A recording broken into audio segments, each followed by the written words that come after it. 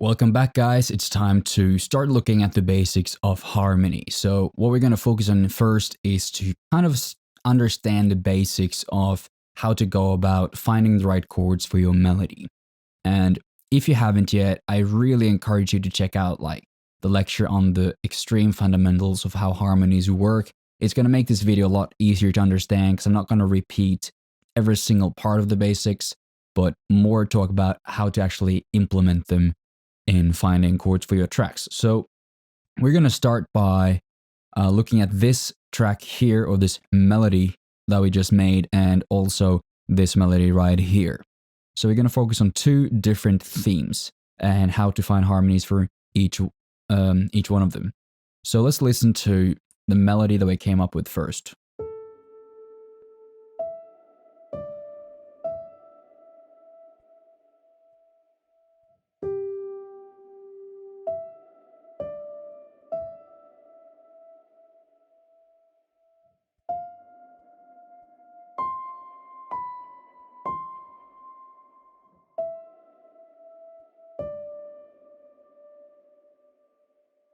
I think it's going to be a good starting point to kind of understand some of the fundamentals. I mean, if you're confident writing chords for any kind of melody, then you can probably skip this video. But if you just want to get the basics nailed down and understand it even more, then feel free to tag along. So, as you might know, we're looking at the basics lecture. The three main chords in any diatonic major key, which is, C major, for example, or F major, is going to be the tonic, and then the subdominant, and the dominant. And as you might see, this chord, that chord, and then the F as well, basically, covers the whole spectrum of the scale. So literally any note or melody that is playing on these white keys in the key of C major can be harmonized with these three chords.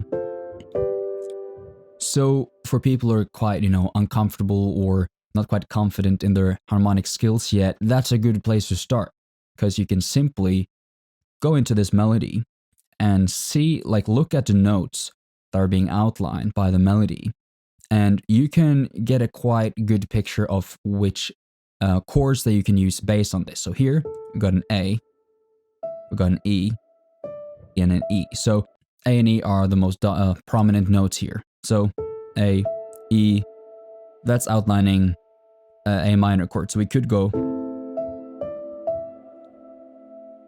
A and E is outlining the A minor chord, but we're gonna try to stick to these ones now. So we can do, that sounds a bit weird, but that sounds better. That does not sound as good as a starting point. So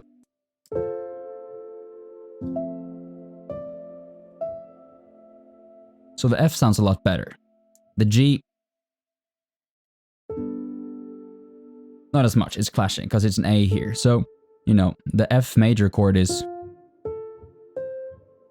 and if you have a seventh, which we're going to get to, you have the A. I mean the E. So, probably going to go for the F here. And then here, G and E. That is the outline of his C major chord. So in this case, we can go F and C. And here, we have the outline of an F and a C, which outlines chord of F major. And then we have D, which means we can go. So altogether, it becomes something like this. Let me record it as well so we can analyze it.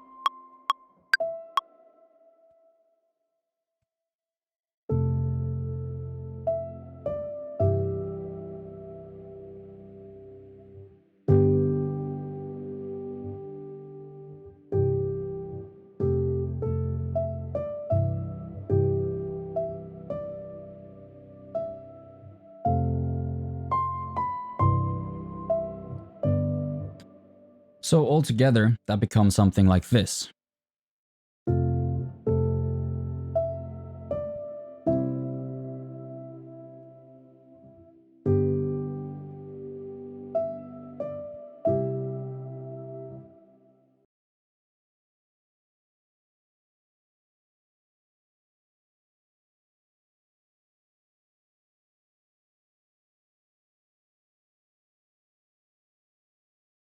So in this instance, first have an A, which means we can probably go for the key of F, because that's the only one that has A in it. C? No. G? No. But F? Bingo. So F can be a starting point. And since we're landing on an E, E only exists out of these three chords in C major. Then we go to G here.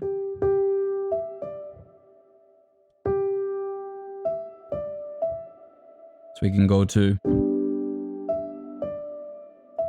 again, back to C. Then we go, which can be F, because only F has F in it. C is C. D only exists in G major. So this is very basic stuff.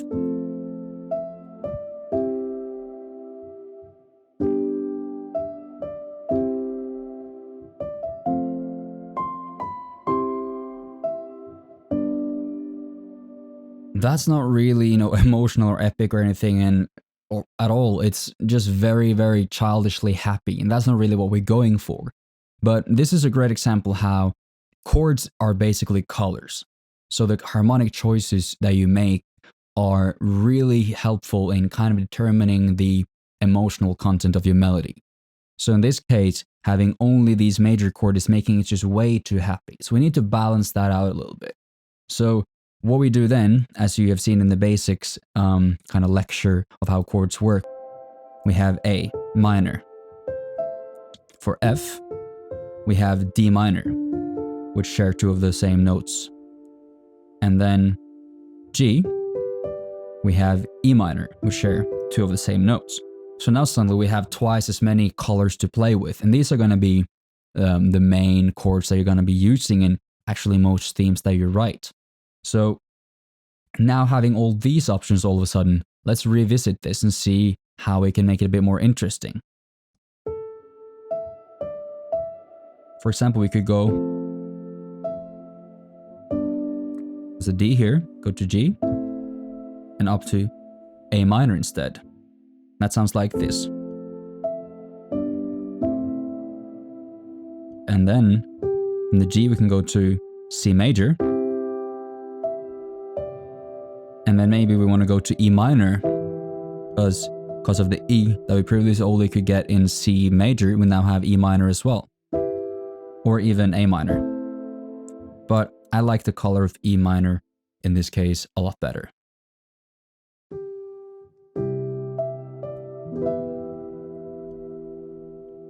And then the F, suddenly we have D minor to play with. This one, I would usually go to A minor here, just because of the emotional content of that chord. And D, back to G. And we can even keep the melody note, but go down to E minor as well. And then back to.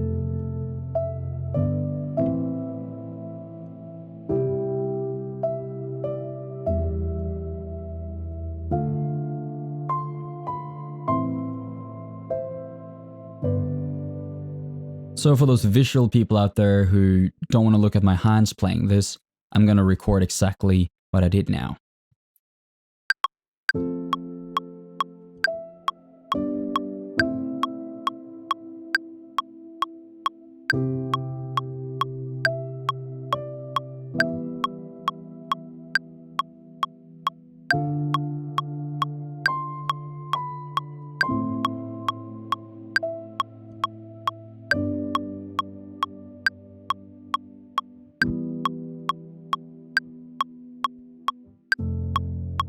And then back to the next round. So I'm just going to quantize that real fast.